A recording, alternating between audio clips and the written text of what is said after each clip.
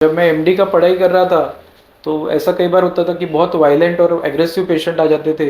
तो जिनको कई बार इंजेक्शन देके सुलाना पड़ता था या हाथ पैर बांधने पड़ते थे।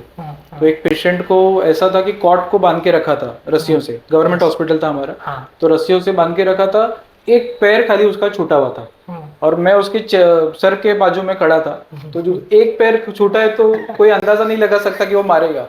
उसने वो 180 डिग्रीज पे पैर घुमा के पेट पे लात मारा था। तो तब से ये दिमाग में फिट हो गया है कि एग्रेसिव वायलेंट पेशेंट को कैसे मैनेज करना है। बट उसके बाद कई बार बहुत चीजें सीखी मैंने कि उनको वर्बली मतलब बात करके ही कैसे शांत करना है, काम डाउन करना है। अभी इन चीज़ों की ज़रूरत थोड़ी कम ही लगती है। टीनेजर्स में बहुत सारे एडिक्शन देखने को मिलते हैं जिसमें गांजा है, तंबाकू। तो सिगरेट तो अभी मेरे को लगता है ऑब्सोलेट हो गया कि मतलब तंबाकू सिगरेट तो ऐसा एडिक्शन में कोई गिनता ही नहीं है उसको। अभी के एडिक्शंस मतलब गांजा, जो पुराने जमाने में लोग तंबाकू का सेवन करते थे, आजकल के टीनेजर्स वैसा गांजे का सेवन करते हैं। उसको उनको कुछ और नहीं लगता है उसमें। तो गांजा हो गया, बटन, एमडी, कोरेक्स, दारू, ये सारी नशाएं हम लोग डेली ओपीडी प्रैक्टिस में देखते हैं। ऐसे बहुत सारे केसेस हैं बट उसमें से स्पेसिफिकली जैसे मैंने बताया कि साइकियाट्री लेने का भी वजह यही था कि कुछ लोग जो प्रियजन थे या दोस्त थे तो वो सुसाइड से उनका डेथ हो गया था। तो वो रोकना है या उस पर कहीं ना कहीं कुछ हमें ट्रीटमेंट करके या एक्शन लेके उसको कैसे कंट्रोल कर सकते हैं, ये बैक ऑफ द माइंड था।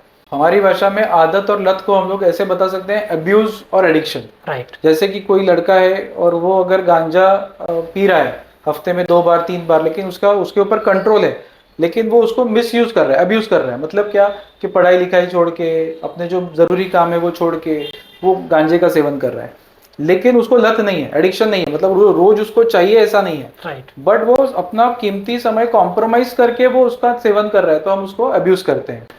नमस्कार दोस्तों, अनकही विथ राजेश के एक और एपिसोड में आप सभी का स्वागत है।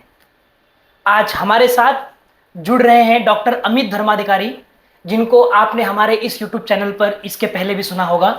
कल्याण के बहुत ही विख्यात साइकेट्रिक हैं। सर ने एमबीबीएस और एमडी किया है इन साइकेट्री में। सर का एक बहुत बड़ा क्लिनिक कल्याण के एकदम सेंटर पॉइंट पे चलता है, जिसका नाम है Manoday neuro psychiatric hospital. Sir का स्वागत है हमारे इस चैनल पर। सर, शुरू से शुरू करते हैं, तो आपकी शुरुआत कैसे हुई साइकेट्री की? Yes sir. साइकेट्री मैंने फ्लूक से लिया था। मेरा साइकेट्री लेने का कोई प्लान नहीं था। जैसे एंट्रेंस एग्जाम के राउंड्स होते हैं तो राउंड्स के बाद हम लोग गए और मैं घर पे अंदर बता गया था कि मैं सर्जरी लेने वाला हूँ। हाँ। तो घर वाले एकदम उत्सुक थे कि अभी ये सर्जरी लेके आएगा, और मैंने राउंड्स में साइकेट्री लिया। तो घर वालों ने एकदम नाराज हो गए, बोले अरे तूने साइकेट्री क्यों ले लिया? तो पता नहीं, कुछ तो शायद बैक ऑफ द माइंड कुछ थॉट आया होगा कि साइकेट्रिक क्यों लेना है करके। बट उस समय ऐसा कोई स्पेसिफिक थॉट नहीं था। सर, अचानक से ऐसा कुछ थॉट आ गया कि ऐसे कोई इंसिडेंट आपके जीवन में हुआ हो कि जिसने आपको साइकेट्री के बारे में प्रेरित किया, या कुछ क्यूरियोसिटी थी? क्या था वो एग्जैक्टली? साइकेट्री का लेने का एक कारण ऐसा था कि मेरे कुछ प्रियजन थे जिनको मतलब सुसाइड की वजह से जिनका डेथ हुआ था। राइट। तो ये थोड़ा मन में शायद सबकॉन्शियसली ये चल रहा था कि आत्महत्या ऐसा रोकना चाहिए, और इनको शायद टाइमली हेल्प मिल जाता तो शायद कुछ और हो सकता था। तो ये एक थॉट शायद मन में था उस समय जब साइकेट्री लिया था। सर, आप एक डॉक्टर भी हैं और एक डायरेक्टर भी हैं मनोदय के। तो आपका शेड्यूल कैसा रहता है? जब भी आज हम आपके ऑफिस में आए तो बहुत ही धावपड़, पेशेंट को लाना है, उसको फिर एडमिट करना है। So how you manage all these things, एक डॉक्टर और एक डायरेक्टर? एक फिक्स रूटीन रहता है मॉर्निंग से लेकर इवनिंग तक। सुबह एक 10 बजे ओपीडी स्टार्ट हो गया तो उसके बाद रात को 11 बजे तक एक फिक्स रूटीन रहता है। तो अभी रूटीन इतने सालों से कर करके अभी आदत हो चुका है। तो उसमें ओपीडी, इंडोर पेशेंट्स, काउंसलर्स है अपने पास, काउंसलिंग साइकोलॉजिस्ट है, तो उनको मैनेज करना, तो ये सारा प्रोसेस चलते रहता है। सर, सुबह से लेकर के आपका शेड्यूल कैसा रहता है रात तक का? सुबह से लेकर शाम तक ऐसा शेड्यूल रहता है कि मॉर्निंग में उठने के बाद मैं ये देखता हूँ कि थोड़ा स्पिरिचुअली कनेक्ट कर पाऊँ। क्योंकि स्पिरिचुअली थोड़ा कनेक्ट करने के बाद दिन भर थोड़ा सा एट पीस रहते हैं। राइट। नहीं तो फिर इतना सारा पेशेंट्स और इतना सारा साइकेट्रिक प्रॉब्लम्स को देखने के बाद खुद में बहुत बड़ा बार नेगेटिविटी आ जाती है। तो स्पिरिचुअली कनेक्ट करने की कोशिश करते हैं, थोड़ा सा एक्सरसाइज या योगा वगैरह करके फिर वहाँ से दिन की शुरुआत हो जाती है। सर, आपके जीवन का ऐसा कोई किस्सा, ऐसा कोई केस स्टडी जो एकदम मेमोरेबल है, आप कभी भूल नहीं सकते? ऐसे बहुत सारे केसेस हैं बट उसमें से स्पेसिफिकली जैसे मैंने बताया कि साइकेट्री लेने का भी वजह यही था कि कुछ लोग जो प्रियजन थे या दोस्त थे, तो वो सुसाइड से उनका डेथ हो गया था। तो वो रोकना है या उस पर कहीं ना कहीं कुछ हमें ट्रीटमेंट करके या एक्शन लेके उसको कैसे कंट्रोल कर सकते हैं, ये बैक ऑफ द माइंड था। तो अब जब साइकेट्री लिया तो ये पूरी तरह से तो हम कंट्रोल नहीं कर सकते, क्योंकि कुछ ना कुछ तो विधि के हाथ में रहता है, अपने हाथ में सब नहीं रहता है। बट जितना मैक्सिमम कोशिश हम लोग करते हैं। बट कोविड के दौरान ऐसा हुआ कि कई बार पेशेंट्स का ट्रीटमेंट प्रॉपरली हो नहीं पाया, क्योंकि कोविड में हम तो ओपीडी के लिए आ रहे थे, बट पेशेंट्स कई बार पहुंच नहीं पा रहे थे।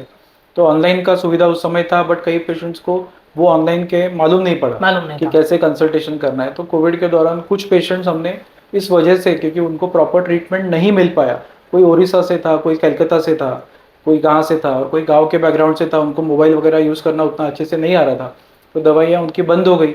एंड उनका फिर उन्होंने कुछ ऐसा कर लिया, सेल्फ हार्म, सुसाइड वगैरह। तो फिर वो एक ऐसी चीज़ है जो मन पे थोड़ी लग जाती है।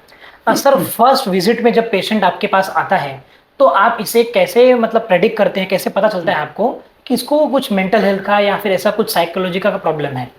कोशिश मैं ये करता हूँ ना कि मैं जजमेंटल ना बनूं। ओके। क्योंकि अभी 10 साल के प्रैक्टिस के बाद ऐसा हो गया है कि जब पेशेंट दरवाजे के अंदर स्टेप इन करता है तो फिर वो दिमाग का वो मीटर चालू हो जाता है कि ये जैसे कुछ एक अल्कोहलिक पेशेंट है, तो वो अगर दरवाजे के अंदर आ रहा है तो उसके हाथ काँप रहे होते हैं, आंखों में एक थोड़ा सा पीला सा कलर होता है, चेहरे पे थोड़ा सा ऐसा थकान सा लगता है, तो मालूम पड़ जाता है कि कहीं नशे की आदत से जूझ रहा है या तो कहीं अल्कोहल का इसको आदत है।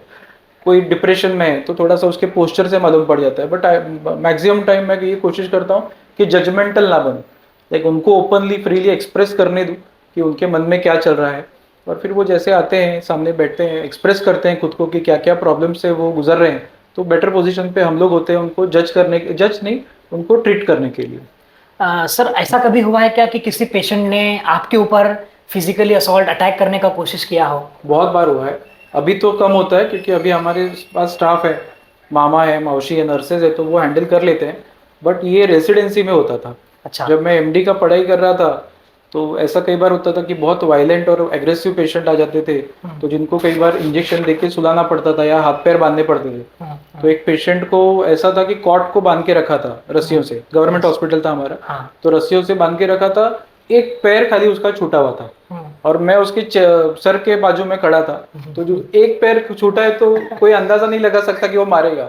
उसने वो 180 डिग्रीज पे पैर घुमा के पेट पे लात मारा था। तो तब से ये दिमाग में फिट हो गया है कि एग्रेसिव वायलेंट पेशेंट को कैसे मैनेज करना है। बट उसके बाद कई बार बहुत चीजें सीखी मैंने कि उनको वर्बली मतलब बात करके ही कैसे शांत करना है, काम डाउन करना है। अभी इन चीजों की जरूरत थोड़ी कम ही लगती है।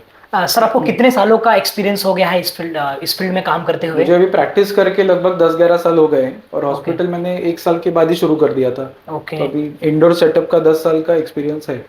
तो आपके विचार में कैसे आया कि आपको मनोदय न्यूरो साइकेट्रिक हॉस्पिटल शुरू करना है? मैंने 1 साल ओपीडी प्रैक्टिस शुरू किया था, लेकिन ओपीडी में ये प्रॉब्लम होता था कि साइकेट्रिक पेशेंट्स ओपीडी में आते थे पर उनको एडमिट कहाँ किया जाए। राइट। और एक साइकेट्रिक पेशेंट के लिए अभी भी वो बहुत बड़ी दुविधा है कि उनको एडमिट कहाँ किया जाए। जनरल हॉस्पिटल में उनको एडमिट कर नहीं सकते क्योंकि पेशेंट्स कई बार सुसाइडल होते हैं, तो कहीं छुरी दिख गया, कहीं कुछ ब्लेड दिख गया तो खुद को कट कर सकते हैं। सिस्टर उतना ध्यान उनकी तरफ दे नहीं पाएंगे। अगर पेशेंट वायलेंट यानी कि बहुत एग्रेसिव है तो दूसरे पेशेंट को मार सकते हैं। तो इसलिए जनरल हॉस्पिटल में एडमिट करके ट्रीटमेंट करना बहुत रिस्की होता था। तो 1 साल ओपीडी करने के बाद ऐसा लगा कि खुद का इंडोर सेटअप होना चाहिए कि जहाँ पे साइकेट्रिक पेशेंट्स कंफर्टेबली ट्रीटमेंट लेकर ठीक हो सके। सर, अभी आपने बताया कि आपका जो शेड्यूल रहता है वो 10 बजे ओपीडी शुरू होता है और रात को 11 बजे चलता है। तो आप परिवार को और प्रोफेशनल लाइफ को कैसे मैनेज करते हैं? बहुत मुश्किल होता है परिवार को और बाकी चीज़ों को कमिटमेंट पूरा करना। बट अभी लाइक कई सालों तक तो मैं बाकी सब प्रोग्राम्स वगैरह पार्टिसिपेट नहीं करता था। लाइक ओपीडी सिर्फ आईपीडी और अपना घर। अभी धीरे धीरे थोड़ा सोशलाइज होना, थोड़ा जैसे अभी मैं आईएमए इंडियन मेडिकल एसोसिएशन के कमेटी में भी हूँ पिछले 2 साल से। क्या बात। तो उससे एक प्लेटफॉर्म ये मिला कि बहुत सारे अवेयरनेस प्रोग्राम्स हम लोग कर पा रहे हैं। राइट। जो अकेले रहने के बाद थोड़ा मुश्किल हो जाता है क्योंकि मैन पावर को यूटिलाइज करना या अकेले उसको वो आइडिया को इम्प्लीमेंट करना। बट जब हमारे साथ इतने सारे लोग जुड़ जाते हैं तो फिर वो हमारे जो अवेयरनेस के लिए, क्योंकि सब काम तो जागरूकता के लिए रहता है, तो लोगों के बीच में जागरूकता रहेगी गांव खेड़े में या शहर में कि मानसिक बीमारियां ऐसी रहती है, इसको ट्रीटमेंट का जरूरत है, तभी लोग ट्रीटमेंट के लिए आएंगे।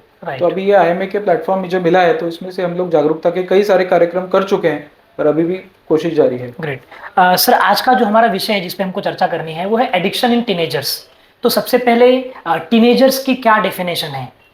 टीनेजर्स मतलब एक स्पेसिफिक एज ग्रुप में रहने वाले बच्चे। मान लीजिए एक लगभग 12 से 18 साल के बीच के जो बच्चे हैं उनको हम लोग टीनेजर्स कहते हैं। टीनेजर्स में सबसे ज़्यादा प्रॉब्लम्स आजकल के इसमें जो आ रहे हैं तो वो है एडिक्शन और दूसरा है रिलेशनशिप प्रॉब्लम्स। राइट। तो majority of the times OPD में अगर हम लोग टीनेजर्स को मिलते हैं तो पढ़ाई की समस्या तो रहती है, पढ़ाई लिखाई की समस्या, कम मार्क्स आना, तो वो एक तो, लेकिन वो कई सालों से वो चलते ही आ रहा है। अभी और आज के टाइम पे वो सेकेंडरी हो गया वो सेकेंडरी हो गया। अभी ये पिछले 4-5 साल में ये ट्रेंड बहुत बढ़ गया है। रिलेशनशिप ब्रेकअप्स, उसके होने वाला डिप्रेशन या नशे की बीमारियां, तो ये प्रॉब्लम ज्यादा बढ़ गया है। सर, एडिक्शन इन टीनेजर्स जो आपने बताया है, इसमें आपको कौन कौन से प्रकार के एडिक्शन आजकल के युवाओं में देखने के लिए आपको मिल रहा है, टीनेजर्स में देखने के लिए मिल रहा है? टीनेजर्स में बहुत सारे एडिक्शन देखने को मिलते हैं जिसमें गांजा है, तंबाकू, तो सिगरेट तो अभी मेरे को लगता है ऑब्सोलेट हो गया है कि मतलब तंबाकू सिगरेट तो ऐसा एडिक्शन में कोई गिनता ही नहीं है उसको। अभी के एडिक्शंस मतलब गांजा, जो पुराने जमाने में लोग तंबाकू का सेवन करते थे, आजकल के टीनेजर तो ऐसा गांजे का सेवन करते हैं, उसको उनको कुछ और नहीं लगता है उसमें। तो गांजा हो गया, बटन, एमडी, कोरेक्स, दारू, ये सारी नशाएं हम लोग डेली ओपीडी प्रैक्टिस में देखते हैं। सर, एक तो होता है आदत और दूसरा होता है लत। सो आदत और लत में क्या फर्क है, क्या डिफरेंस है? हमारी भाषा में आदत और लत को हम लोग ऐसे बता सकते हैं, अब्यूज और एडिक्शन। राइट। जैसे कि कोई लड़का है और वो अगर गांजा पी रहा है हफ्ते में 2 बार 3 बार, लेकिन उसके ऊपर कंट्रोल है, लेकिन वो उसको मिस यूज कर रहा है, अब्यूज कर रहा है। मतलब क्या कि पढ़ाई लिखाई छोड़ के, अपने जो जरूरी काम है वो छोड़ के वो गांजे का सेवन कर रहा है, लेकिन उसको लत नहीं है, एडिक्शन नहीं है, मतलब रोज उसको चाहिए ऐसा नहीं है। राइट। बट वो अपना कीमती समय कॉम्प्रोमाइज करके वो उसका सेवन कर रहा है, तो हम उसको अब्यूज करते हैं। राइट। और आदत जिसको हम लोग एडिक्शन कहते हैं, तो एडिक्शन ऐसा है कि वो जब उसको कंट्रोल ही नहीं कर पाता है, कोई शराब पीने वाला है, कोई गांजा पीने वाला है, और उसको फिक्स टाइम पे रोज चाहिए, मतलब चाहिए, फिर उसके लिए वो किसी भी हद तक जा सकता है, और उसका सेवन धीरे धीरे समय के साथ बढ़ते जाता है। जैसे शराब पीने वाले हैं, रोज 90 ml से शुरू करते हैं, एक रोज मैं 90 ml ही पीता हूँ या एक ही बियर पीता हूँ, राइट। तो मुझे एडिक्शन नहीं है, ऐसा बहुत सारे लोग बोलते हैं। लेकिन कब वो 90 ml का 180 ml हो जाता है, एक खंबा हो जाता है, या गांजा पीने वाले लोग दिन भर गांजा पीना शुरू कर देते हैं, उनको खुद का मालूम नहीं पड़ता है, तो इसको हम लोग एडिक्शन कहते हैं। सर, शुरुआती लक्षण क्या होते हैं एक एडिक्टेड बच्चे का, जो भी चाइल्ड है? शुरुआती लक्षण एडिक्शन से शुरू नहीं होते हैं। शुरुआती लक्षण अभी हम लोग जो टीनेजर्स में देख रहे हैं, क्योंकि ये सारी लत जनरली टीनेज में शुरू हो जाती है। राइट। तो उसका पहला जो इम्पोर्टेंट लक्षण है वो एक तो गलत संगत में बच्चों का जाना।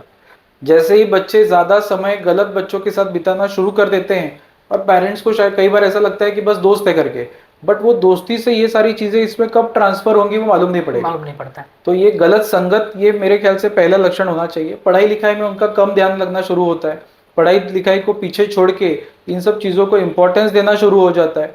फिर घर में क्लेश होना शुरू हो जाता है, लड़ाई झगड़े शुरू हो जाते हैं, घर में चोरी करना, गलत काम करना, नशे के लिए पैसे मिलने के लिए, ये सब प्रोसेस शुरू हो जाता है। सर, आज के टाइम पे एक सबसे बड़ी जो समस्या है वो है सोशल मीडिया और ऑनलाइन गेम्स। सो इसका असर बच्चों के मानसिक स्वास्थ्य पे किस प्रकार का पड़ रहा है? एक्चुअली दे आर एडिक्टेड, बहुत they are addicted to social media, they are addicted to online gaming. आपने को बताया जी, बहुत ज्यादा इसका प्रमाण बढ़ चुका है, और सिर्फ बच्चों में नहीं है, बड़े लोगों में भी है। तो ये बच्चों तक सीमित नहीं है कि ऐसे कोई गेम खेल रहा है बच्चा तो उस पर लिमिटेड नहीं है। बड़े लोग भी ऑनलाइन रमी, कैसीनो, ड्रीम 11, ये जैसे गेम है, इसमें अभी जैसे कल ही मैं एक बच्चे से मिला था, अच्छे फैमिली से बिलोंग करता है, बहुत वेल्दी फैमिली है। उस बच्चे ने, बच्चा भी नहीं, वो बड़ा आदमी है, उसका शादी हो गया, उसको खुद को एक बच्चा है, उस लड़के ने 1.5 करोड़ रुपए का लॉस कर दिया है स्टॉक मार्केट में। ऑनलाइन गेमिंग में नहीं, स्टॉक मार्केट में। तो स्टॉक मार्केट में लॉस कर दिया, और उसको एडिक्शन किस चीज का था, वो इंजेक्शन लेता है जो ये बॉडी बिल्डर लोग लेते हैं। तो ये बॉडी बिल्डिंग के जो इंजेक्शन आता है जिसमें एम्प, टर्मिन, ये सारे इंजेक्शन यूज होते हैं, तो वो इंजेक्शन वो आदत लग गया था उसको, बॉडी बिल्डिंग नहीं कर रहा था फिर भी वो इंजेक्शन ले रहा था, और फिर ये सारा ऑनलाइन गेमिंग और ये सब के चक्कर में इतना बड़ा लॉस कर दिया। तो बच्चों के बीच में ये सारे प्रॉब्लम्स आजकल बहुत ज्यादा बढ़ रहे हैं। सर, कैसे बचा जा सकता है इस प्रकार की चीज़ों से, जो ऑनलाइन गेम्स है, जैसे आपने बताया स्टॉक मार्केट या फिर सोशल मीडिया? जो बच्चा है उसको मोबाइल की बहुत बुरी तरीके से लत लग गया है, और पेरेंट्स के सामने बच्चा खत्म हो रहा है, मोबाइल देख रहा है, और पेरेंट्स आर हेल्पलेस। तो आप क्या सजेस्ट करेंगे, कैसे बचा जा सकता है? Prevention is better than cure. मतलब अगर सबसे पहले तो पेरेंट्स का एक अच्छा रोल मॉडल होना बच्चों के सामने बहुत जरूरी है। बच्चे छोटे हैं एकदम 3-4 साल के बच्चे भी अगर खाना नहीं खाते हैं, ज्यादा रोते हैं, तो पेरेंट्स उनके हाथ में मोबाइल थमा देते हैं। मोबाइल थमा देगा, राइट। और वहां से वो आदत जो लगती है, तो फिर बड़े होने के बाद बच्चों को ऐसा लगता है अब हमारे पास से मोबाइल क्यों खींचा जा रहा है, बचपन में तो खुद ने आपने हमको आपने मोबाइल दिया दिया मुझे, था। राइट। ऐसे कई सारे स्कूल गोइंग बच्चे हैं, 7th 8th के बच्चे, जिनको रिजल्ट के लिए पेरेंट्स बोलते हैं कि इतना मार्क्स आएगा तो तुझे आईफोन लेके दूंगा। 7वीं 8वीं के बच्चों को राइट, आईफोन खरीदने का हम कई बार 10 बार सोचते 10 हैं, बार सोचते हैं, लेकिन राइट, स्कूल के बच्चों को पेरेंट्स ऐसा बोलते हैं कि तुम इतने मार्क्स लेके आ जाओ या ऐसा बिहेव करो, हम तुमको आईफोन लेके देंगे। राइट, तो ये वहां से शुरू होता है। अगर प्रिवेंट किया जाए, पेरेंट्स ये ध्यान में रखे कि मोबाइल देना ये प्रॉब्लम नहीं है, लेकिन आप किस एज में मोबाइल दे रहे हैं। राइट, क्योंकि बच्चों का जो प्री फ्रंटल कॉर्टेक्स है, जो ब्रेन का सामने वाला हिस्सा, जो हमारे बाकी के ब्रेन को कंट्रोल करता है, हमारी इंपल्सिविटी को कंट्रोल करता है, वो अभी तक डेवलप नहीं हुआ है। वो डेवलप कब होता है? 25 साल में। तो अगर मोबाइल आप लेट एज में देते हैं, 11वीं 12वीं के बाद वगैरह, तो उनको पता है कि उसका मिसयूज कैसे नहीं करना है, उसका अच्छा यूज कैसे करना है। नहीं तो जैसे समुद्र मंथन में विष भी निकला था और अमृत भी निकला था, बराबर कि नहीं? वैसे वो मोबाइल है, उसमें अच्छी चीजें भी है और बुरी चीजें भी है। बचाव करने के लिए आप किस एज में बच्चों के हाथ में मोबाइल दे रहे हैं। अगर दे दिया है, बच्चों को ऑलरेडी उसका यूज कर रहे हैं, गेम्स खेल रहे हैं, तो कई बार 8-8 घंटे 12-12 घंटे लोग मोबाइल में गेम्स खेलते हैं। Right, right, right. और इन गेम्स खेलने की वजह से रात रात भर जो पबजी का ऑनलाइन गेम रहता है, जिसमें कोई बच्चा दिल्ली से कनेक्ट कर रहा है, कोई यूपी से, कोई रशिया का फ्रेंड है, वो कनेक्ट करके वो गेम्स खेलते हैं। रात रात भर खेलने के बाद दूसरे दिन स्कूल नहीं जाते हैं। राइट। इतना प्रॉब्लम बढ़ने तक पेरेंट्स रुक जाते हैं और फिर पेरेंट्स कंसल्टेशन के लिए आते हैं कि डॉक्टर वो अभी स्कूल नहीं जा रहा है, 12-12 घंटे मोबाइल यूज करता है। वो प्रॉब्लम बहुत बढ़ चुका है। जब आपको लग रहा है कि बच्चे का मोबाइल का टाइमिंग बढ़ रहा है, उसी समय उसे लिमिट कर देना बहुत जरूरी है। राइट। लाइक आप 2 घंटे मोबाइल यूज कर सकते हैं, उसमें गेम्स खेल सकते हैं, लेकिन कौन से गेम्स खेल रहे हैं, ये जो जहाँ पे आप बाकी बच्चों के साथ कनेक्ट हो रहे हैं, रशिया का, यूके का, कोई कहाँ का, तो आपको क्या पता वो बच्चे कौन से बैकग्राउंड से आते हैं, कौन से बैकग्राउंड के हैं। राइट। नशा करने वाले बच्चे हैं क्या, बच्चों को आपको ऑनलाइन गेम खेलते वक्त क्या सिखा रहे हैं।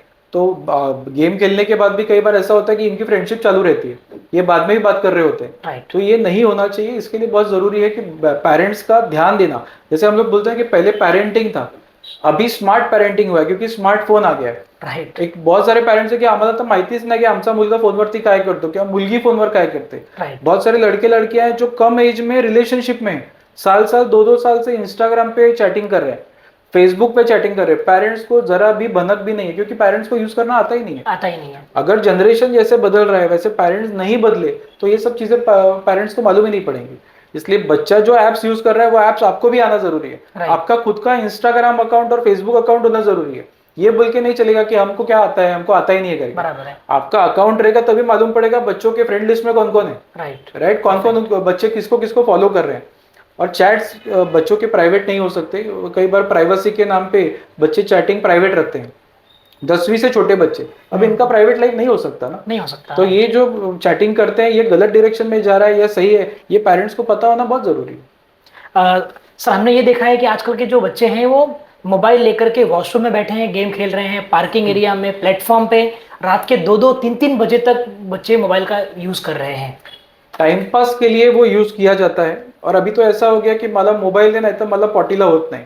हाँ, ये भी रीजन है। ये कई बार है कि मोबाइल ट्रेंडिंग है सर। हाँ, ट्रेंडिंग है, मतलब मोबाइल हाथ में रहेगा तभी मुझे प्रेशर आएगा और पॉटी होगा। जैसे पहले तंबाकू था या एक सुट्टा था, एक सिगरेट पी लिया तो मुझे प्रेशर आता है, थोड़ा तंबाकू। अभी ऐसा है कि जब तक मैं कमोड पे बैठूं और मोबाइल पे थोड़ा देख ना लूं तब तक मुझे वो फीलिंग नहीं आएगा। तो ये रोकने के लिए ये जरूरी है कि समझना कि मोबाइल कहाँ लेके जाना है। वही मोबाइल आप दिन भर काम की जगह पे कैरी करते हो, आपके रूटीन काम में खाना खाते वक्त भी मोबाइल हाथ में रहता है और वही आप वॉशरूम में भी यूज करके लेके जा रहे हो। तो ये सब चीजें नहीं होनी चाहिए। सर, ड्रग्स और अल्कोहल जैसी जो लतें हैं वो किस कारण तक हमारे बच्चों तक पहुंच रही हैं? मतलब बच्चा उसके प्रति क्यों एडिक्ट हो रहा है? उसको तो कुछ पता नहीं है ड्रग्स क्या होता है या फिर अल्कोहल क्या होता है, फिर भी वो इजीली अवेलेबल है। आपने संजू पिक्चर देखा है? Yes sir. संजू का एक दोस्त रहता है, बताए, वो जो फेयर सा एक एक्टर है। हाँ, जो उसको हमेशा ड्रग्स सप्लाई करते रहता है। राइट। और उसको ऐसा इमोशनली जैसे बताता है कि अरे मैं तेरा दुख समझ सकता हूँ। फिर संजू उसके पास अपना इमोशंस शेयर करता है, वो एक छोटी सी पुड़ी उसके हाथ में दे देता है। तो वो कौन रहता है? वो रहता है ड्रग पेडलर। ऐसे बहुत सारे छोटे छोटे ड्रग पेडलर स्कूल्स में, कॉलेजेस में घूम रहे हैं। वो अपना बिजनेस जमा के बैठे हैं।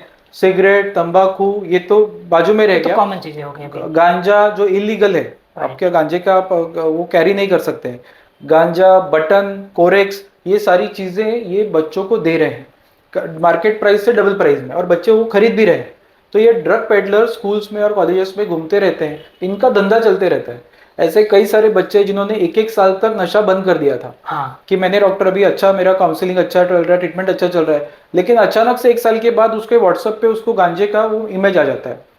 वो गांजे का जो चूरा है उसका वो इमेज निकाल के उसको व्हाट्सएप पे सेंड कर देता है। अब प्रॉब्लम ये है कि ड्रग एडिक्शन में क्यू बेस्ड लर्निंग रहता है। क्यू क्या मतलब क्या, कि जैसे शराबी ने शराब छोड़ दिया और शराब की दुकान के सामने से जा रहा है तो उसका मन करेगा पीने का, राइट। या शराबियों से मिल गया तो उसको पीने का मन करेगा। ये क्यू बेस्ड लर्निंग है। तो वैसे गांजे का फोटो देखा तो इसने 1 साल से पिया नहीं है, लेकिन अभी फोटो देखा तो मन किया यार थोड़ा कर लेता हूँ। तो वो किसने फोटो भेजा, वो ड्रग पेडलर था।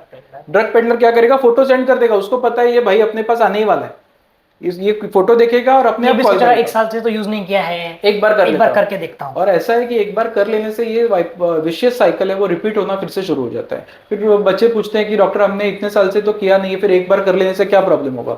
लेकिन एक बार करने से आपके ब्रेन में वो रिवॉर्ड सर्किट है ना, ये सारी नशाएं कैसे काम करती है कि ब्रेन में एक रिवॉर्ड सर्किट रहता है, जहाँ पे जैसे ही आप कोई नशा करते हैं तो ब्रेन में डोपामिन रिलीज हो जाता है। तो आपने वो 1 साल पहले वो अनुभव लिया है कि ये डोपामिन रिलीज होता है तो मजा आता है, तो आपको हमेशा वो अनुभव चाहिए रहेगा। लेकिन जब आपने वो फिर से एक बार कर लिया, फिर मन बोलेगा एक और बार, एक और बार, एक और बार, और वो साइकिल रिपीट होते ही रहता है। सर पीयर प्रेशर की वजह से भी बच्चे बहुत सारे इस तरफ रास्ते पे जा रहे हैं। बहुत। तो सर क्या रहेगा पीयर प्रेशर, किस तरह से सोशल लर्निंग थियरी कहते हैं। सोशल लर्निंग थियरी मतलब इंसान ये सोशल एनिमल है ना, हम बचपन से लेकर अब तक जो करते हैं सब दूसरों से देख देख के ही करते हैं। कुछ पेरेंट्स को देखा, कुछ टीचर्स को देखा, उनमें से सीखा और हमने अपना अपना करना चालू किया। सब चीजें सिखाई नहीं गई थी। तो वैसे ये सोशल लर्निंग थियरी में जब हम देखते हैं कि कॉलेज के कुछ बच्चे सिगरेट लेके बाइक पे घूम रहे हैं और अपने को लगता है ये तो स्टड है, तो ये सिगरेट मैं हाथ में लूंगा और मैं भी बाइक पे घूमूंगा तो मैं भी स्टड बन जाऊंगा, और ऐसे होता भी है। क्योंकि आपने सिगरेट हाथ में लिया, ये सोशल लर्निंग थियरी था कि आपने देखा कि अरे कोई तो सिगरेट पी रहा है, मैं भी पीऊंगा तो मैं भी हीरो बन जाऊंगा। और आपने सिगरेट हाथ में लेने के बाद 4 दोस्त आपके पास आके खड़े हो जाते हैं, यार मेरे को भी दे सुट्टा, मेरे को भी दे। क्योंकि जो नशा करता है वो आज के डेट में सोशलाइज जल्दी हो सकता है। हाँ। उसका ग्रुप जल्दी बन जाता है, उसके फ्रेंड जल्दी बन जाते हैं। और उसको अगर कोई स्टूडेंट है, उसका फ्रेंड है जो उसका सेवन नहीं करता है, तो उसको एक अलग तरीके से उसका मजाक उड़ाते हैं। तो फिर ये सोशल लर्निंग के बाद जब ये उसको रीइंफोर्समेंट मिला, क्या रीइंफोर्समेंट मिला उसको, कि उसको दोस्त मिल गए। ये पॉजिटिव रीइंफोर्समेंट हो गया कि अभी तक उसके लाइफ में दोस्त नहीं थे, क्योंकि ऐसे होते हैं तू नशा नहीं करता है। अब जब उसने सिगरेट पीना चालू कर दिया तो 4 दोस्त मिल गए, टाइम पास होना शुरू हो गया। उसकी जिंदगी में जो कमी थी, उसका लोनलीनेस था, उसकी निराशा थी, वो कम हो गई। उसको नेगेटिव रीइंफोर्समेंट कहते हैं कि बुरी चीजें मेरे लाइफ से कम होने लगी है। ये बहुत बड़ी बुरी चीज तुम्हारे लाइफ में आ रही है नशे के स्वरूप में। वो स्लो पॉइजन है, वो धीरे धीरे आ रहा है, लेकिन तुम्हारा उसकी तरफ ध्यान नहीं। इसको ओपेरेंट कंडीशनिंग बोलते हैं कि अभी ब्रेन कंडीशन हो रहा है कि मुझे स्मोकिंग करने से मेरे 4 दोस्त बन गए, मेरे जीवन की निराशा दूर हो गई, मेरे जिंदगी का खाली समय कट रहा है अभी, क्योंकि दिन में 4 बार बाहर जा रहा हूँ, सिगरेट पी रहा हूँ, दोस्तों का टाइम पास हो रहा है। तो ये लर्निंग प्रोसेस के थ्रू इंसान गुजरते जाता है और ये धीरे धीरे आदत उसको लगते जाती है। सर आपने बार बार जिक्र किया कॉलेज का, तो जो स्कूल्स और कॉलेज है वो किस प्रकार से इस समस्या को रोक सकते हैं, किस प्रकार के प्रोग्राम्स स्कूल और कॉलेज में ऑर्गेनाइज करते हैं? सबसे इंपॉर्टेंट है ना अवेयरनेस क्रिएट करना। स्कूल्स कॉलेज सबसे इंपॉर्टेंट है, स्कूल लेवल पे ये काम होना चाहिए। एकदम छोटे बच्चे जो 5वीं 6ठी के बच्चे हैं, उनको ये मालूम होना जरूरी है कि नशा का पदार्थ क्या होता है और उसको नहीं करना चाहिए। उनके अंदर उसके क्या प्रॉब्लम्स हो सकते हैं, उसके बॉडी पे माइंड पे क्या साइड इफेक्ट्स हो सकते हैं, ये उनको पता होना चाहिए। तब जाके 9th 10th में वो जाएंगे, उनका एक्सपोजर बढ़ेगा। क्योंकि टीनेज का जो एज है ना, इसमें 2 प्रकार का बिहेवियर सामने आता है। एक रहता है risk taking behaviour. Risk taking behaviour मतलब क्या, चलो करके देखते हैं, बाइक रेस करके देखते हैं, व्हीली मार के देखते हैं, नशा करके देखते हैं कैसा लगता है, तो ये रिस्क टेकिंग बिहेवियर। और एक होता है एक्सपेरिमेंटेशन, करने से क्या कैसा महसूस होता है, सिगरेट पीने से मुझे क्या फीलिंग आया, मैंने बाइक जोर से चलाया तो मुझे कैसा फीलिंग आया। तो ये रिस्क टेकिंग और एक्सपेरिमेंटेशन टीनेज में चालू होता है। तो ये टीनेज में आने से पहले इनको पहले से हमने कंडीशनिंग कर देना उनका जरूरी है कि ये बुरी चीजें हैं, इससे हार्मफुल साइड इफेक्ट्स होते हैं। क्योंकि पेरेंट्स को आजकल टाइम नहीं है, दोनों पेरेंट्स वर्किंग है, घर में कम्युनिकेशन के नाम पे 0 है। पेरेंट्स सोफा पे बैठे हुए हैं, मोबाइल देख रहे हैं, बच्चे टेबल पे बैठे हुए हैं, मैं मोबाइल से पढ़ाई कर रहा हूँ बोल के वो भी चैटिंग कर रहे हैं। तो कम्युनिकेशन बिल्कुल नहीं होता है। तो इसलिए स्कूल्स में, कॉलेजेस में ये अवेयरनेस प्रोग्राम्स क्रिएट करना बहुत जरूरी है। सर अभी आपसे बात करते करते जो आपने एक बात कही कि माता पिता का रोल बहुत इंपॉर्टेंट है, बच्चों के ऊपर माता पिता का ध्यान रखना चाहिए। तो सर किस प्रकार की बातें और किस प्रकार का ध्यान माता पिता को अपने बच्चों के ऊपर रखनी चाहिए, जिससे कि उनको वॉचमैन ही ना लगे कि मेरे मम्मी पापा मेरे पीछे पड़े रहते हैं, मुझे फ्रीडम नहीं देते हैं, इस तरह की चीजें बच्चों के मन में आती हैं? सबसे पहले ना फैमिली का खुद का घर का एनवायरनमेंट बहुत अच्छा होना जरूरी है, क्योंकि घर में अगर वातावरण अच्छा नहीं रहेगा, माता पिता के बीच में लड़ाई झगड़े हो रहे हैं, माता पिता खुद ही एक दूसरे से अपसेट है, उदास हैं, तो बच्चे के ऊपर को उनको जताने की जरूरत नहीं, बच्चे समझ जाते हैं। राइट। मतलब बच्चे को फिर आप प्यार, भले ही आप 1 घंटा रोज मारामारी कर रहे हैं, एक दूसरे को गाली गलौज कर रहे हैं, और 1 घंटा बच्चे को पास में ले रहे हैं, तो उससे बच्चे तक कोई अच्छा इम्पैक्ट नहीं जाएगा। आपके खुद के बिहेवियर से पेरेंट्स अगर एक दूसरे के साथ अच्छा कम्युनिकेट करते हैं, और अगर कुछ मतभेद हैं, कुछ लड़ाई झगड़े हैं, तो वो भी बेडरूम के अंदर सॉल्व होने चाहिए, राइट। वो बच्चों के सामने नहीं होने चाहिए। और अगर किसी बार अगर, क्योंकि इंसान है, कभी एक दूसरे के ऊपर चिल्ला दिया, कुछ गुस्सा हो गया, तो उसको आप कैसे सॉल्व कर रहे हो, बच्चे ये भी देख रहे हैं, ये भी देख कि रहे हैं। किस वजह से झगड़ा हुआ, झगड़े के टाइम पे माता पिता ने झगड़े के कैसा व्यवहार किया, कि कैसे बैड वर्ड्स यूज किए, क्या मारा, क्या चिल्लाया, क्या, और उसको सॉल्व कैसे किया। लेकिन पिताजी ने अगर मम्मी को सॉरी बोल दिया, तो बच्चा ये नहीं सोचेगा कि बड़े होने के बाद मुझे सॉरी नहीं बोलना है, बोलेगा सॉरी बोलना इज गुड, क्योंकि मैंने देखा है पिताजी को मम्मी को सॉरी बोलते हुए, उसकी शादीशुदा जिंदगी अच्छी रहेगी, क्योंकि वो जानता है कि वाइफ को सॉरी बोलूंगा तो झगड़ा सॉल्व होने वाला है, राइट। तो लेकिन अगर बच्चे ने हमेशा ये देखा है कि पापा कभी सॉरी नहीं बोलते हैं, तो वो अपना एटीट्यूड में रहेगा, मैं क्यों सॉरी बोलूं, तो वो तो झगड़े सॉल्व ही नहीं होंगे। इसलिए सबसे पहले एक रोल मॉडल, पेरेंट्स को बच्चों के सामने एक बहुत अच्छा रोल मॉडल बनना जरूरी है। उसके बाद आता है कम्युनिकेशन, राइट, जो आज के डेट में जैसे मैंने बताया एकदम लैकिंग है, एकदम लैकिंग है। तो वो लैकिंग जो बीच में जो लैक्यूना है, जो कम्युनिकेशन जो लैकिंग है, उसको भर के निकालना पड़ेगा। कैसे? एटलीस्ट कुछ समय, लाइक मोबाइल यूज कर, बहुत सारे वर्क फ्रॉम होम है आजकल पेरेंट्स के, तो लैपटॉप और मोबाइल के सिवा वो रह नहीं सकते, उनको काम करना ही पड़ेगा। तो एटलीस्ट कुछ समय जहाँ पे आप खाना खा रहे हैं, जहाँ पे आप कहीं घूमने गए हैं, जहाँ पे आप एक दूसरे के साथ जैसे फैमिली बैठ के सिर्फ गपशप कर रही है या मूवी देख रहे हैं एक साथ, तो वहाँ पे एक साथ हंसना, एक साथ रोना, आज दिन भर क्या हुआ, ये बातें करना बहुत जरूरी है। स्पेसिफिक टाइम, जरूरी नहीं कि दिन भर बना के रखना चाहिए घर में, दिन भर में एटलीस्ट कुछ समय ऐसा हो कि जहाँ पे पेरेंट्स और बच्चे कम्युनिकेट कर रहे हैं, तभी आपको मालूम पड़ेगा कि बच्चे के लाइफ में क्या चल रहा है। आप खाना खाते वक्त भी आपका खाना अलग टाइम पे हो रहा है, बच्चे का अलग टाइम पे हो रहा है, टीवी देखते हुए भी आप टीवी देख रहे हैं, बच्चे मोबाइल में गेम्स खेल रहे हैं, तो उस तरह से आप वर्कआउट नहीं कर सकते। कम्युनिकेट इसी प्रकार होने वाला है कि जब आपके पास ये मी टाइम है, फैमिली का मी टाइम है, तब वो आपको कम्युनिकेशन उनके साथ रखना पड़ेगा। और कम्युनिकेट क्या करना है, ऐसे नहीं कि तुम्हारे फ्रेंड्स कौन कौन है, तुम्हारा पढ़ाई कैसे चल रहा है, ये तो उनको फिर वो जैसे चौकीदारी जैसे लगेगा, राइट, कि ये पुलिस के जैसा इंट्रोगेशन कर रहे हैं मेरा, तो ये नहीं होना चाहिए। तो ये जो आपका फैमिली का मी टाइम है, इसमें आपको ये डिस्कशन करना है कि कैसा चल रहा है स्कूल, नया क्या सीखा। तो ये जैसे कि एक ओपन एंडेड क्वेश्चन रहे बच्चों के लिए, और बच्चे खुल के उसका जवाब दे। अब बच्चे जैसे सनी देओल ने वो कपिल शर्मा बताया था, तो कपिल शर्मा पूछता है सनी देओल को कि आप पापा के साथ, पापा को सब बताते हैं क्या, तो बोलता है मैं बताता हूँ, लेकिन पापा बोलते हैं कि दोस्त के जैसा मुझे सब बताओ, और जब मैं उनको दोस्त के जैसा बताने जाता हूँ तो पापा फिर पापा बन जाते हैं। तो ऐसा नहीं होना चाहिए। राइट। आप जब बच्चे आपके साथ कम्युनिकेट कर रहे हैं और कुछ नेगेटिव चीजें आपको उन्होंने बताई कि मेरा आज स्कूल में लड़ाई झगड़ा हो गया, या मेरे को टीचर ने खड़ा किया था या क्लास के बाहर भेजा था, तो कई बार पेरेंट्स का रिएक्शन ऐसा होता है कि ऐसा कैसे हो सकता है। बराबर है। तो कम्युनिकेशन ऐसा नहीं होना चाहिए। जब बच्चे आपकी नेगेटिव चीजें भी अपनी लाइफ की आपको बता रहे हैं, तो आपको फ्रीली उसको अंडरस्टैंड करना है, उसको एक्सेप्ट करना है कि उसके लाइफ में जो भी प्रॉब्लम्स चल रहे हैं, जो भी समस्या आ रही है, उसको मैं बात करके सॉल्व करूँ। आपके रिएक्शंस अगर लाउड आने लग गए, चिल्ला दिया, गुस्सा हो गया, ऐसा कैसे हो गया, तो फिर तो कम्युनिकेशन वहीं पे स्टॉप हो जाता है। Right. Sir, addiction in teenager का जो विषय है आज का एकदम ज्वलंत मुद्दा है। सो ओवरऑल इसको हम लोग किस क्या क्या टेक्निक्स अपना सकते हैं इसको कम करने के लिए, अगर आप पॉइंट वाइज बता पाए, 1 2 3 4 पॉइंट। एडिक्शन को कम करने के लिए जैसे मैंने बताया, सबसे पहले आपने बताया ना पीयर प्रेशर, तो संगत अच्छी होना बहुत जरूरी है। अगर आपको लग रहा है आपका लड़की या लड़का बुरी संगत में, तो उसको वक्त रहते उस संगत से बाहर निकालना। अभी संगत से बाहर निकालना मतलब जिस एज ग्रुप में बच्चे हैं, जैसे अगर 12 से 18 का बीच का बच्चा है, तो उसको अपना दोस्त बहुत प्यारा लगेगा जो बहुत बुरा है, बुरी आदतों वाला है। लेकिन अगर वो बुरा है और आप उसको बोलते हैं कि वो दोस्त तेरा बुरा है, उसके साथ रह मत, वो नशा करता है, तो बोलेगा मेरा दोस्त बहुत अच्छा है, क्योंकि उसके लिए वो भगवान है। राइट।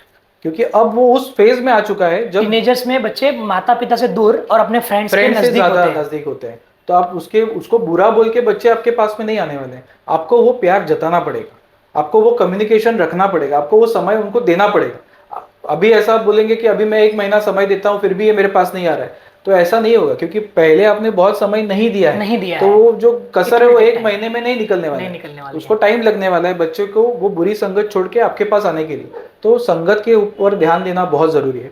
बच्चे का अगर पढ़ाई लिखाई में ध्यान कम हो जाता है ना, तो वो एक कई बार इंडिकेशन रहता है कि बच्चा कहीं ना कहीं थोड़ा ध्यान भटक रहा है। जैसे एक अच्छा स्कोर करने वाला बच्चा 75-80 मार्क्स लेके आ रहा है, परसेंट मार्क्स लेके आ रहा है, लेकिन अब उसके ग्रेड्स एकदम धीरे धीरे कम हो रहे हैं और वो उसके लिए कंसर्न भी नहीं है, तो ये बहुत चिंता का विषय है।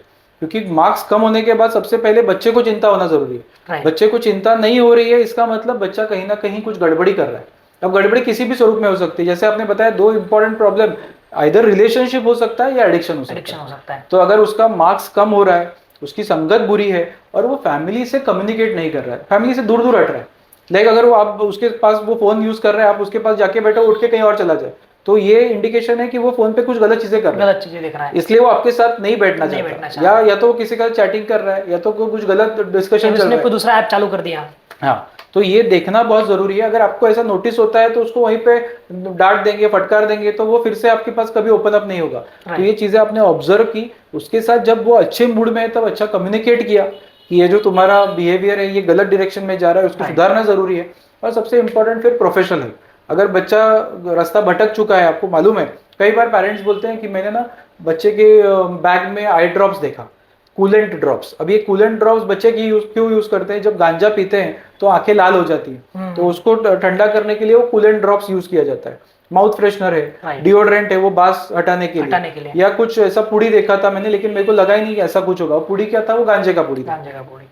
तो अगर ऐसा कुछ नोटिस किया है आपने, तो तुरंत आपको प्रोफेशनल हेल्प का साइकियाट्रिस्ट, काउंसलर से जाके मिलना चाहिए, उसका थेरेपी सेशन स्टार्ट करना चाहिए, जिससे वो जल्दी से जल्दी इसमें से बाहर आ सके। सर, एक और बहुत बड़ी समस्या है जिसके बारे में कोई बात नहीं करता है, लेकिन ये बहुत तेज गति से युवाओं के बीच में स्प्रेड हो रहा है, वो है सर मास्टरबेशन की समस्या। सर, इस पे आप क्या कहना चाहेंगे? मास्टरबेशन ये समस्या नहीं है, मास्टरबेशन इज नॉर्मल। उसको समस्या बनाया गया है अखबारों में। अच्छा। जापानी तेल, बचपन की गलतियां, फिर बड़े होके ये प्रॉब्लम होगा, कुछ नहीं होगा। हर पुरुष और हर स्त्री उस एज में आने के बाद हस्तमैथुन करते ही हैं। हस्तमैथुन एक ऐसी आदत है जो नॉर्मल है, उसको कोई बुरा बोल नहीं सकते, बट लेकिन कुछ लोग पॉर्न के एडिक्शन में चले जाते हैं। राइट। बार बार पॉर्न मूवीज देखना या बार बार उसको करना, वो गलत है। एक्सेसिव चीज उसको अपने खुद के मन के शांति के लिए या रिलैक्स होने के लिए वो करना, तो कुछ बच्चे दिन में 3-3, 4-4 बार करते हैं। अब इसका वजह ये है कि आप अगर 9th 10th के एज ग्रुप में, 11th के एज ग्रुप में, तो आपका ब्रेन पूरी तरह से डेवलप नहीं हुआ है। तो आपके ब्रेन को हमेशा चाहिए क्या? कि नेगेटिव चीजें, या तो नशा, या तो रिलेशनशिप, या तो ये पॉन्स और हस्तमैथुन। तो उसको कंट्रोल करने वाला ब्रेन अभी तक डेवलप हुआ नहीं है। तो इसलिए बोलते हैं ना, वो कंट्रोल करने वाला जो ब्रेन 25 साल में डेवलप होता है, तब तक आपके माता पिता और आपके टीचर्स ही वो आपका कंट्रोल करने वाला ब्रेन है। आपके पेरेंट्स और आपके टीचर्स वो प्री फ्रंटल कॉर्टेक्स है, वो बताएंगे आपको कि क्या अच्छा है और क्या बुरा है। तो ये हस्तमैथुन की आदत नॉर्मल है, लेकिन उसका अतिरेक, उसको बहुत ज्यादा करने से शारीरिक कमजोरी आना, बाकी चीजों में ध्यान नहीं लगना, पढ़ाई में एकाग्रता का न होना, ये सारी समस्याएं आ सकती हैं। इसलिए once in a while, like हफ्ते में एक बार या 15 दिन में एक बार इज नॉर्मल, लेकिन दिन में 3-3, 4-4 बार या रोज रोज करना इज अबनॉर्मल। सर, इन सब चीजों से बचने के लिए स्पिरिचुअलिटी किस तरह से मदद कर सकती है? बहुत बहुत ज्यादा स्पिरिचुअलिटी का रोल रहता है। जिन फैमिलीज में बचपन से स्पिरिचुअल एटमॉस्फेयर है, लाइक माता पिता भी भगवान को पूजते हैं, या घर में पूजा होती है, या नामस्मरण होता है, या किसी के घर में अधिष्ठान है, कुछ जो भी है, जिस किसी भगवान को या गुरु को फॉलो करते हैं, उन बच्चों के अंदर मॉरल्स बहुत अच्छे से डेवलप हो रहते हैं, वैल्यूज बहुत बने हुए रहते हैं। अब ये बच्चे अगर किसी ने सामने से एडिक्शन का उनको ऑफर भी किया, तो ये कई बार सोचेंगे कि अरे मेरे पेरेंट्स का मुझे परवरिश ऐसा नहीं मिला है, या ये बुरा है, ये पाप है। तो कई बार इसको रोकने के लिए ये पाप पुण्य के खांचे में बिठाना भी जरूरी होता है। राइट। अगर जिसको पाप है ये मालूम पड़ा, तो एटलीस्ट खुद को रोक लेगा। जो बोलता है एथिस्ट है, वो बोलता है भगवान को मैं मानता ही नहीं हूँ, तो ये ना पाप है ना कुछ है, मैं तो करूंगा। तो उसमें ये लाइक्लीहुड ज्यादा है कि इसको आदत लग जाए, इसको एडिक्शन बन जाए। तो स्पिरिचुअलिटी हेल्प्स। कुछ समय हर बच्चे ने खुद के लिए निकालना, नामस्मरण करना या प्रेयर करना, ये बहुत जरूरी है। सर, आप ऐसा कौन सा स्टेज रहेगा जहां पे डॉक्टर से कंसल्ट करना चाहिए? एडिक्शन वाले जो पेशेंट्स हैं, कौन से स्टेज पर आपको लगता है कि डॉक्टर के पास उनको जाना चाहिए? एडिक्शन ये खुद एक बीमारी है, तो एडिक्शन का स्टेज नहीं है। एडिक्शन चालू हो गया मतलब उसको डॉक्टर का हेल्प लगने वाला है। वो बहुत कम चांसेस है कि खुद से मोटिवेशन उसका बढ़े और वो छोड़ दे। कई बार पेरेंट्स क्या सोचते हैं या घर के लोग क्या सोचते हैं कि हम लोग मोटिवेट उसको कर रहे हैं, तो ये एक्सटर्नल मोटिवेशन बहुत ज्यादा काम का नहीं रहता है। उसको इंटरनली वो मोटिवेट होना चाहिए कि उसकी खुद की छोड़ने की इच्छा जागरूक होनी चाहिए। राइट। तो एडिक्शन के अगर लक्षण है, मतलब वो नशा रोज कर रहा है, उसका पढ़ाई कॉम्प्रोमाइज हो रहा है, उसकी संगत बुरी है, उसके शरीर पे और मन पे साइड इफेक्ट्स हो रहे हैं, तो उसको उसी समय रोक देना चाहिए। उसको काउंसलर्स के, साइकियाट्रिस्ट का हेल्प का जरूरत है। सर, आपके आने के बाद कितने दिनों के अंदर हम लोग उसे नॉर्मल लाइफ में ला सकते हैं? एडिक्शन ये एक ऐसी बीमारी है ना जो उसका रिलैप्सिंग साइकिल रहता है। रिलैप्सिंग साइकिल मतलब क्या, कि जैसे 6 महीना मैंने ट्रीटमेंट किया और पेशेंट का भी मोटिवेशन एकदम स्ट्रांग था कि मेरे को छोड़ना है और उसने जो संगत बिंगत सब छोड़ दिया, लेकिन 6 महीने के बाद फिर से पी लिया। क्यों? क्योंकि अभी मेरे को कंट्रोल ही नहीं हुआ, मैंने बहुत कंट्रोल, या फिर घर पे मेरा लड़ाई झगड़ा हो गया और मेरा लर्निंग ये था कि लड़ाई झगड़े होता है और तनाव कम करने के लिए मैं एडिक्शन करता हूँ। ये बहुत डीप रूटेड उसका थिंकिंग है, लर्निंग है। तो 6 महीने तो उसने कंट्रोल कर लिया, लेकिन जब लाइफ में कोई समस्या आई तो उसको फिर से नशे का याद आया। तो रिलैप्सिंग साइकिल है, लेकिन हर बार जब ये रिलैप्स होता है तो हर बार वो जो पेशेंट है या जो बच्चा है वो सीखता है कि मैंने क्या गलतियां की, मैं कहाँ फिसल गया था। उसमें से सीख सीख के ये आदत छूट जाती है। तो कोई टाइम फ्रेम नहीं है। कोई तो व्यक्ति है जो एक बार ये ठान लेता है कि अब मैं नहीं करूंगा। जो भी विड्रॉल सिम्टम्स है, नशा छोड़ने के बाद जो तकलीफ होती है उसको मैनेज कर दो, अब उसके बाद मैं नशा नहीं करूंगा। लेकिन कुछ कुछ लोगों को बार बार ये रिलैप्सिंग साइकिल से गुजरना पड़ता है। 5-5 साल, 10-10 साल ये रिलैप्सिंग साइकिल से गुजरते हैं, फिर उसके बाद ये कहीं तो समझ आती है। तो दोस्तों, हम लोग इसके आगे की जो बातचीत रखे हैं उसे हम लोग दूसरे पार्ट में देखेंगे। आपसे उम्मीद करता हूं कि आपको ये कन्वर्सेशन पसंद आया होगा, और आगे की बातचीत रिलेशनशिप जैसे विषय पे हम लोग दूसरे एपिसोड में करेंगे। तब तक आप सभी लोग हमारे इस चैनल को सब्सक्राइब कर लें, जिससे कि दूसरा एपिसोड आपको तुरंत मिल जाए। Thank you very much.